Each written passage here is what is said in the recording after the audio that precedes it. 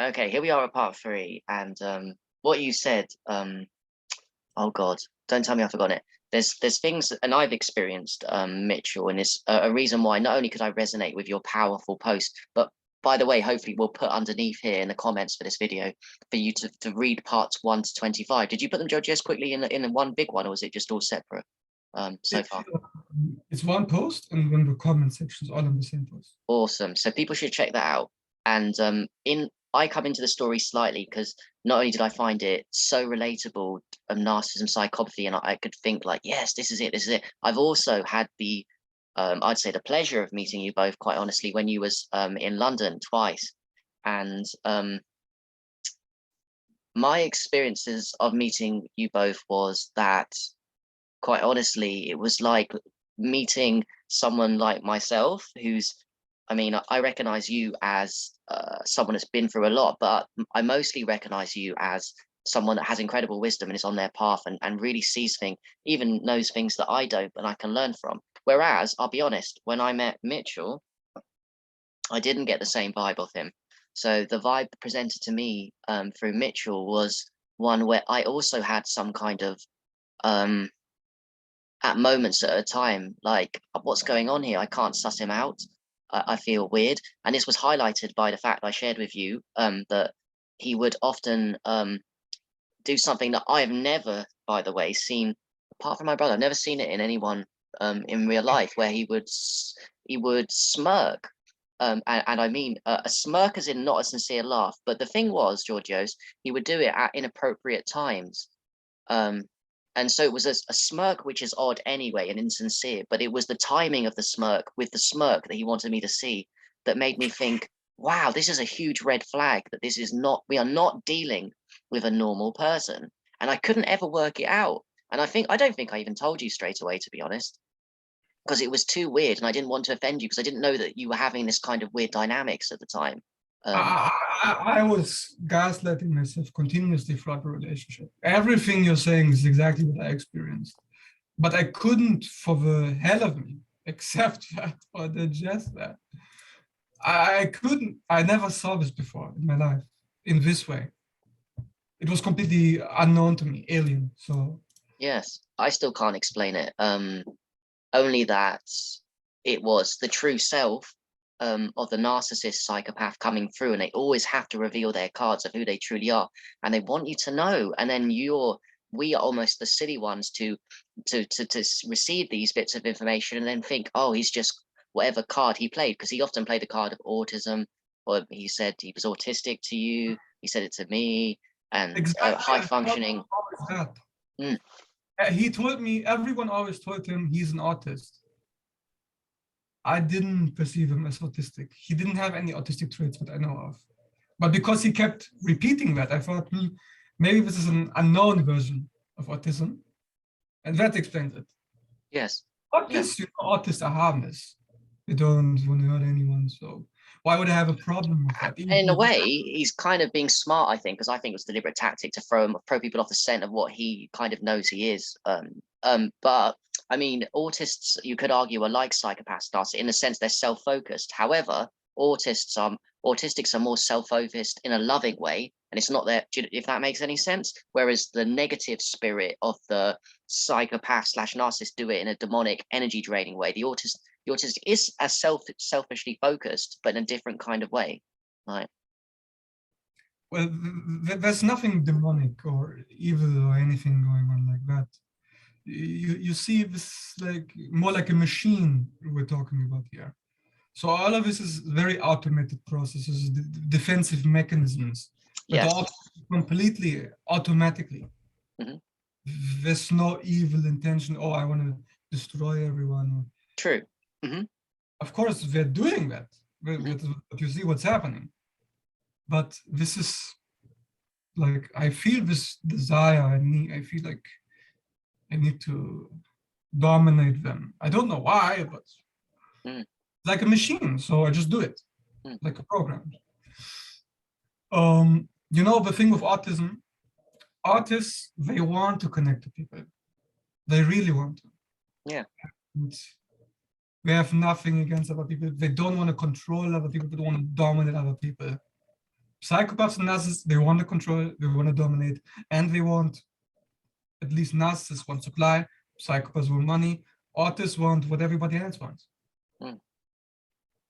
So I was hoping he was an autist, like he told me, and he kept telling me over and over. Mm. But it would not make sense. It would not come to that. And no autist is a sadist. Yes. I never saw a sadistic autist before, so I don't really. All these terms, anyways, all this is, we have a machinery, a human being. It got traumatized. It didn't get its basic needs met. Yep. Basic conditions not met, so I'm going to adapt. Mm. A machine, if it's extreme situation, I adapt. So this is my adaptation, narcissism, psychopathy. This is my way out. That's all. There's nothing evil about it. This is just how it is. Yeah. Yeah. It's so true, and it's I would say it's sad it's come to this, but actually I really believe, and I know you resonate with that. I mean, gratitude for these people to come into your lives because they teach you the lessons that you have now been showing consistently on Facebook on narcissism, and it's almost like it's become another notch in your belt, quite frankly. Really well explained on narcissism. And I just want to add to people watching this that say, why do we need to expose names and all this, and why should we not hear two sides of the story? Why are we doing this, Georgios? Why are you why were you up for exposing Mitchell in this way? Why is it needed? Well, it is needed because it serves as an example of, I see somebody doing something bad, I can either say, I'm going to be honest about it, and I'm going to name them, or I'm going to be not honest about it, and I'm going to hide it. What are you trying to achieve hiding the name? Who benefits? It's just a question for who watches. They can answer in the comment section below. I'm curious what they actually think, because to me, all the benefits I'm seeing personally is other people who see this is like, okay, people who abuse others, they will not get away with this. Other people will tell other people. So it's very risky if you abuse someone because he's going to tell others. Yes. If you try to abuse someone again, you're going to be thinking twice if you want your reputation to be on the scale like that. So if there is an incentive to stop something bad from happening, this is it. If you want to stay in the way of that, be my guest. I like it. I think it's important to raise awareness of this. The only way to give people that have been traumatized and gone into these disorders the chance to change is to stop their supply. And how do we stop the supply worldwide? By raising mass awareness of psychopathy and narcissism and all these traits. Therefore, they would be forced to change because the only reason they can exist is if they find new victims, new targets, new people for relationships, new friends that believe their bullshit story, that are charmed by the delusions and fall trapped. So that's the reason why you're sharing the message, and that's the reason why I also want to share more about my psychopathy story in the future, because it's just mental, and it's one of those things that I can relate to you, like you said, because I know you've seen a lot of things that we could barely touch the surface. I mean, the smirk's one of them. There's loads of little instances for the people watching that you would have seen, that I know you'd have seen them in Mitchell, that would have convinced you that we barely, go on. So power trips is one thing. Yep. If you have an opinion, I give it to you. Your opinion means nothing to me if it disagrees with me. It has to agree or it's a problem to be fixed. It has to be fixed. If you criticize me, it's an open attack. Every criticism, no matter how tiny, even the smallest comment, is an offense to my grandiosity and my superiority. And you're threatening the very foundation of this relationship. And if you're telling me, you're criticizing me, then I think you're going to leave me. So it's rejection. So 4, narcissists are extremely needy people. They're codependent. They're the most codependent people on the planet. So the reason why they're doing all this, why do you manipulate other people, why do you play victim, is because you need them so badly, so unbelievably badly, really. So because you're so terrified that they're gonna reject you if you show your true self. You just can't. It's not possible because you could never as a child. So it's just how it is. Yeah. It's very confusing to be around these people. By the way, I've just not to interrupt, I've just remembered this quite profound for me, and hopefully you'll be able to relate to it. Point about Mitchell that I felt about with my intuition from the very beginning that I'll share with you. I may have shared it in Messenger, but we shared so much, me and you. It's that when he was talking all the time to me, I felt in my heart I was being talked to like he was. It wasn't a human talking to me. It was a robot. And I'll tell you why I felt it was a robot talking to me. I felt it was a robot talking to me because he was giving me information. And to be honest, like you said, his information was mind blowing. But here's the thing, it's not about the information, it's about the vibe behind the information. The vibe behind the information was one of a tremendous, grandiose ego and no, and. So everything he said, I mean, every word he said to me was a grandiose ego knowledge thing. And there, I felt in my heart, not one sentence to me was willing to connect. Now, this is deeper than we think. I could tell he had no. There was not one sentence he made to me to make a deep, not a deep human connection, any human connection, which, by the way, I didn't even realize there were humans that don't do this. Only through Mitchell have I found out there's people that don't even want to make any connection through their talking, because by talking, we do make connections, funny enough. It's incredible what I saw of him in every sentence. Every connection to reality is extremely threatening because of a narcissist. Reality is constantly challenging his grandiosity. Because I mean, reality shows you constantly you're not really that special. There are other special people just like you. Look around. Millions of people, we have the internet, all these people on all successful, more successful than you. So who are you kidding?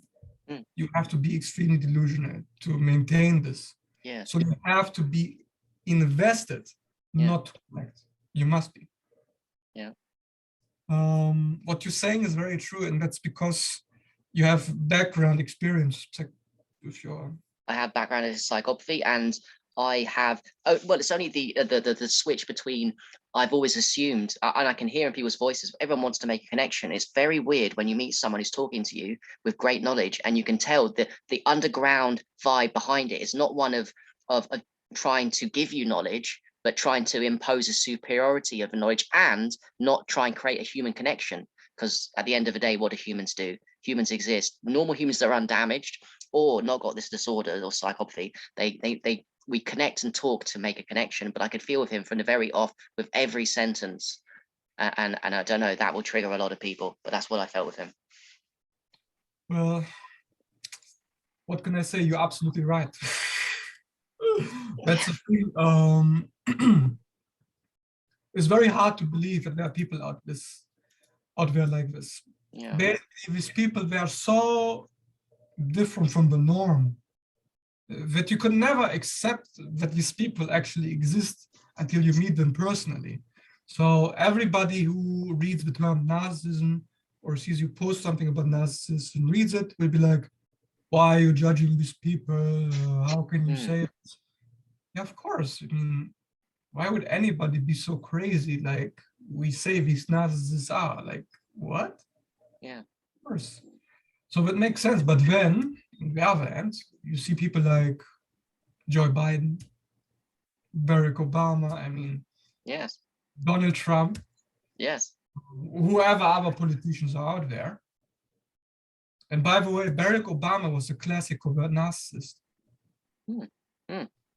Basically, he was saying, look, I'm representing the minority, the blacks that were left out.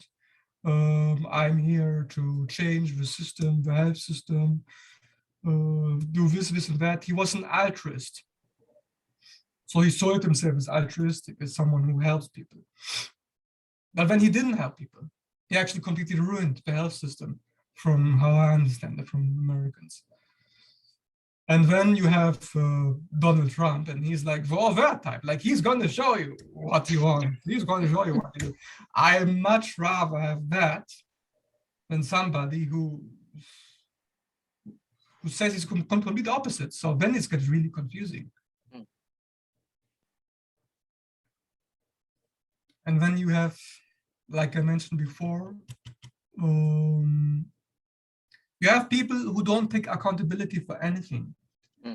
And that is what also these people are, because narcissists, they don't really want to change because they can just, they can't, they're stuck in a way, they were traumatized and they didn't have the means to get out of that.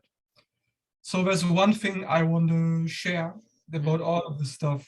It's very important to understand that all of these things, narcissism, psychopathy, and autism, and borderline as well, all of these are identity disorders.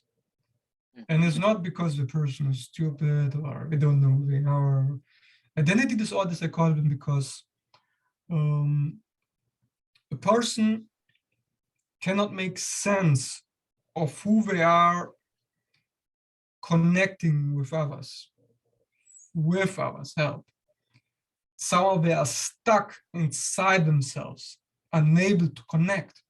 And that's because they got stuck most of the time very early in the first 3 years, in the postnatal stage or in the prenatal stage, so before they were born. So what happens? You're born in the womb. I mean, before you're born, sorry. You're in the womb, you're there for 9 months. This is your life. This enclosed space, walls of flesh closing in on you as you grow. And you're getting everything. You're one with your mother. You know your mother, you can feel her, she provides for you. Everything is taken care of. Everything is internally blissful. Everything is perfect. And then you come out, and these people that take you most of the time in hospitals, take you out, maybe they even cut your mother open if you're really unlucky. They disrupt the birth process, and you come out screaming, blinded by the lights, not knowing what the fuck is going on, knowing you have to be born, you have to get out. And then you get with your mother. Now, if your mother is severely traumatized, if she is dissociated, if she is not really present, she can't connect to you. If you can't connect to your mother, you cannot survive. You need your mother to connect to you. I mean, why should mother care about you? She doesn't even connect. The only reason mother cares of you in this circumstance is because society, culture, and the programming of her own body is telling her to take care, even though she's not connected. So she takes care of you, but you feel alone. Somehow you're isolated. And that's why you're frightened, you're terrified. So what do? You try to go back. Your whole life, you've been in this enclosed space in the womb, one with mother, everything was perfect. Now you're suddenly in a horror movie, isolated, frightened, terrified that you will die because you can't connect. So you go back inside yourself. You use this genius mind you're giving to recreate the womb, to imagine what it's like to be back in the womb. I'm one with her again, everything. I split myself off, split from this reality, and I retreat within myself. That's like autism in a nutshell. You know what autism means? Autism comes from the word aut, from Greek. Yeah. It means somewhere along the lines of self. Selfism. It doesn't mean selfishness. It means selfism within me, only within me, within the fantasy space, but I recreated because I needed it to survive. Hmm. Hmm. Hmm. So psychopath, narcissist, autists, we all retreat to this fantasy space. That's why we feel empty. Yeah. It's empty, the space. You feel nothing there. It's not real. Spirituality also gets you there. Detach from Maya, go back to the womb, back to oneness, back with mother. Let her take care of you. Let the universe mother take care of you. You are one with her. Your needs are taken care of. You don't need to do anything. You're not separate. You didn't leave your mother. You didn't separate from mother. So that's at the core of these identity disorders.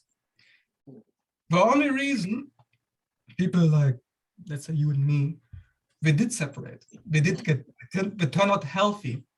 So they separated. That means mother gave them just enough, at least, love to make them feel connected. So it was safe enough to come out and connect to the rest of the world. If the only thing that I have is safe enough, then maybe there are other things that are safe enough, and then I will slowly come out of myself and leave the room. Yeah. And when I'm here, I'm present, I'm a real person. I'm separate. Now people think, oh, no separation. I need to go back. I need to go back. I need to be one again. But in order to be an adult, you have to be separate. In actuality, even when I'm saying this, the self that you have, it's impossible to separate yourself from yourself. So if you try to stop being separate, you can't stop yourself being separate because you're not really separate. So what are you trying to accomplish?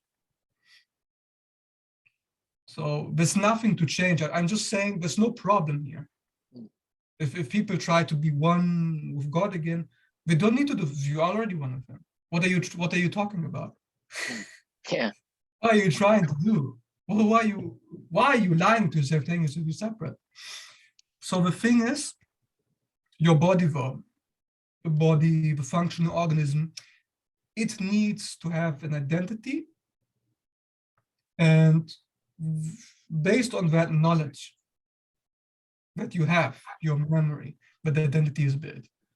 And so you pretend to be separate. The dream character is separate. You yourself, you're not separate. You are one with nature. The dream character is separate. So just make very, very clear that you know this dream character is a dream character, and you can leave it separate because it's always going to be that way, because it's an illusion. So yourself, you can't separate yourself from nature. So why are we worrying about that?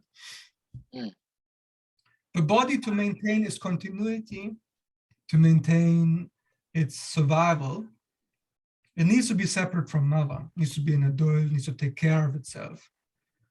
So it needs to be separate in theory. So maintain that theory without believing in it, and there you have it. Then you can take care of yourself and you don't need to worry about any of this stuff. There's no problem. Now, narcissists and psychopaths and borderliners and autists, they have a problem because they don't have a separate identity. Their identity is completely codependent. Wow. It's a merger of people. I call it a Neptunian identity. It's porous. It's like a hole. Another person comes, they enter that hole. It's like an overlay. You can't separate yourself from them. Because you're still in the womb, you're not separate from your mother. So every single person that you meet is now your mother to replace her. Because it's the only relationship that you have with the womb. So everyone is replicating that. That's a really well explained, and I resonate strongly, but I need to rewatch it, I think. I think everybody does. Everyone needs to rewatch this. And if you don't want to get kind of brainwashed, then that's probably a good idea, yeah. Yes, exactly. You've done an explanation of all of the personality disorders as far as I'm concerned too.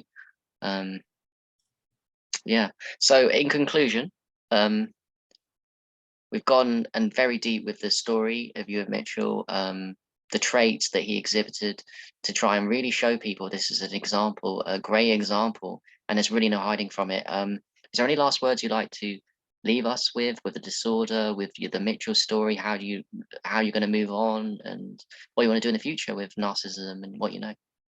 Yeah, that's a very good question, Harry. So the main thing, if you're not separate from nature, and nature is constantly trying to recreate itself, it's not interested in creating the same thing over and over again.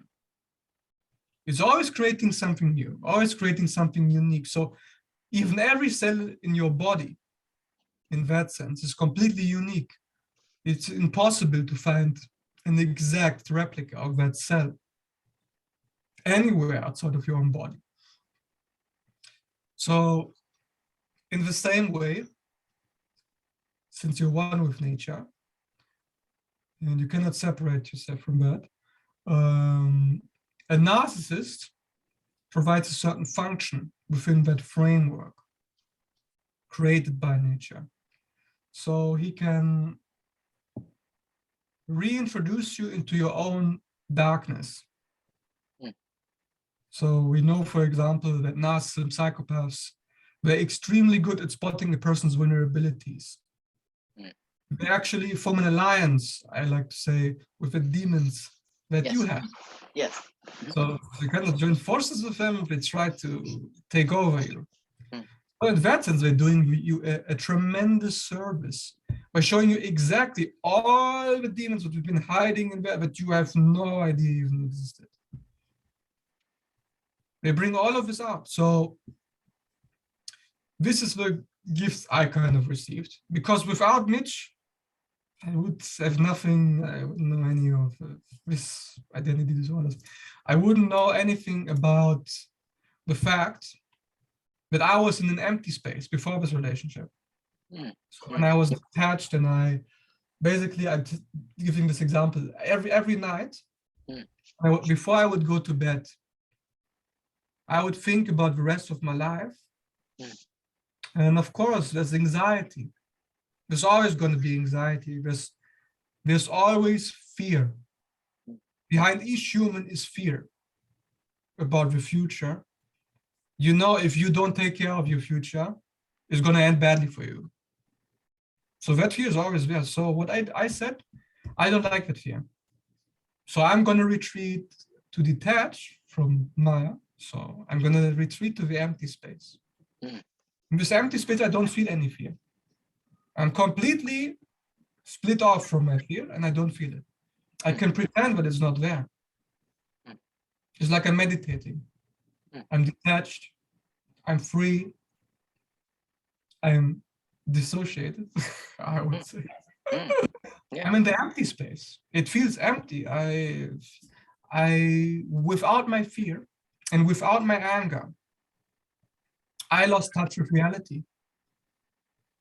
You know why? Because fear and anger are the most primitive, most basic, most fundamental emotions that you have. There's nothing deeper, more ingrained. There's nothing that makes you feel more alive than feeling fear and anger. Exactly, alive. More essential to the human body than fear and anger. Without fear and anger, without the destructiveness of human experience, there can be no constructiveness. Without the destruction, there can be no life. Without fear and anger, you cannot fully enjoy anything. You lose the life force, the motivation to do anything. Everything is kind of, at some level, all identity disorders are attempts to subjugate and control fear and anger completely, perhaps even eradicate them completely. And that's why people are sick. It's not that, oh no, but basically, if you repress or resist the most fundamental emotions that you have, you're going to be sick. Mm. So the way to resolve anxiety is to move towards anxiety. Nice. So there's this famous quote from UG Krishnamurti. Mhm. He says, there's no way you can get rid of greed. If you want to get rid of greed, if you want to be free of greed, Mhm. you cannot try to be free of greed. The very act of trying to free yourself from greed is making you a prisoner to being greedy forever. Because as long as you're trying to free yourself from greed, you're going to be greedy. Mm. So the only way you can relieve yourself is to vibrate each cell of your body at the frequency of greed. Each cell of your body should vibrate with greed, Mm. and you should let greed fill you up completely. Mm. So it can come out of you. Yeah. You don't want it to. The only way out is in. The obstacle, you have to face your obstacles. You can't just go around them. Yeah. You have to face it. Your fears. You know? So every time when fear or anger comes up and we feel uncomfortable, we're like, oh no, how do I make the fear and anger stop? Mm. You're not supposed to make it stop. That's not the point. But you know, you see the problem that we have. We think there's a problem. When we have fear or anger, we think that's a problem. We need to solve that.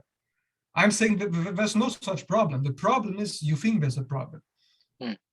For the human organism is not interested in fixing fear and anger or trying to control or subjugate that. Everyone wants one thing, which is to be permanently happy. Mm. That's what narcissists and psychopaths want as well. Yeah. Want to be happy forever.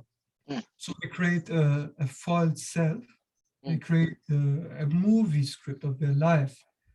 And they make sure they cut themselves from everything off that makes them unhappy. Mm. But they're cutting themselves off, they're never happy. Yeah. They can't actually be happy if you cut yourself off from unhappiness. It's like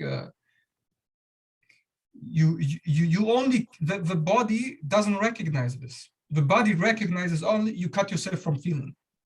Yeah. The body doesn't discriminate between pain or pleasure, happiness, unhappiness. It's just sensation, it's just feelings. Based on the body's senses, it's just picking things up. And you're interpreting that as pain or pleasure. The body doesn't know anything about that. So if you cut yourself off from any single emotion, you're cutting yourself off from all of them. Wow. So that's what narcissists and psychopaths do. They try to cut themselves off from the tremendous amount of unspeakable suffering they have encountered with their parents. Yes. And in so doing, cut themselves off from any emotions forthwith after the incidents and trauma forever by creating a false self and never experiencing true emotions of fear, anger, true love, having your heart broken. Crazy. I think we were going to try and get this into a part 3. So, Georgios, thank you so much for joining us. This has blown my mind, bro. Thank you for this epic 3-part. We'll do them into 3 parts and put them into 1 part 2. So we'll do all of that for you guys. Thank you everyone that stayed through this to the end, and I look forward to so much more narcissism, and I'm glad that we've got this video done. So thank you for joining us, Georgios. Really appreciate it. Thank you. Cheers, brother.